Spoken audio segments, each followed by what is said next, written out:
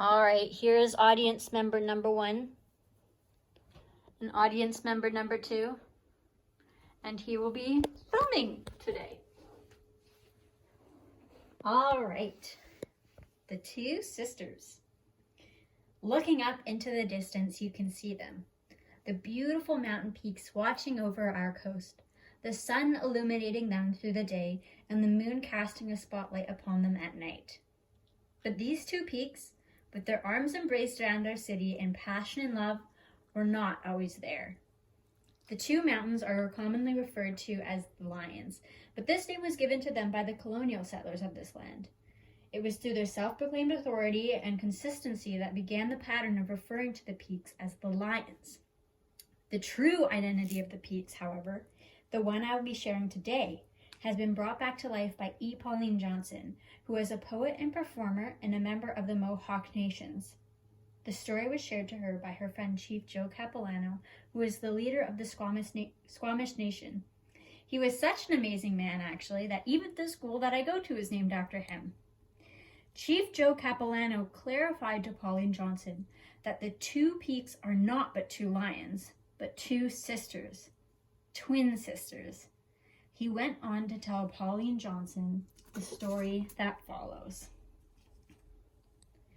Many thousands of years ago, long before this land's colonial history, the Sagalee Tyee watched over the coast of British Columbia, supplying the rivers with salmon and bringing blossom to the flowers. Along the coast, there lived a nation where the chief, the Great Tyee, was preparing a celebration for his 2 daughters emerging into womanhood. The village worked together to prepare the feast and the celebration, to prepare the greatest feast the entire coast had ever seen.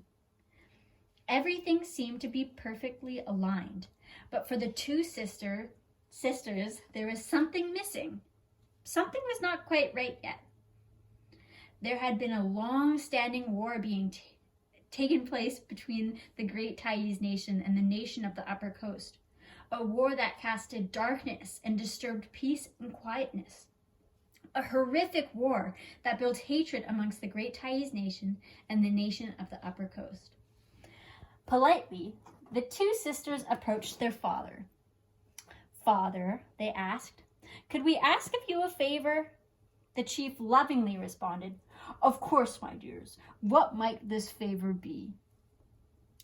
The 2 sisters explained to their father that their one and only wish was for their enemy, those who their nation had been at war with, to be invited to their celebration of womanhood. And of course, to their request, their father agreed. So, the Great Tyee approached his community and requested that they build fires of welcome along the coastline.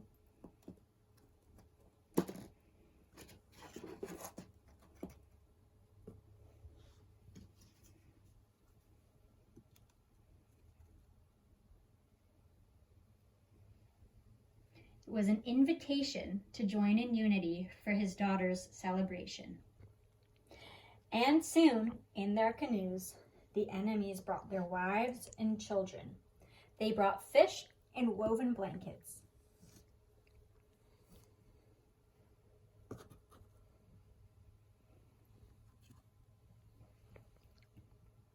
The 2 nations joined peacefully at the potlatch, and together they joyfully danced and sang.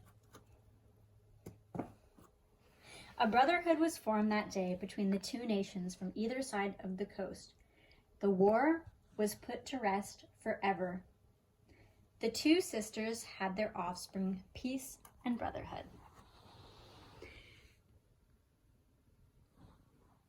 The Sagalee Tyee, grateful for all the sisters had brought, made the 2 immortal.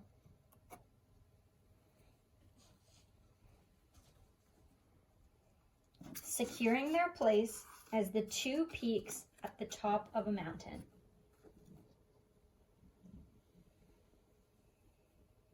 To this day, we can look up and still see them there.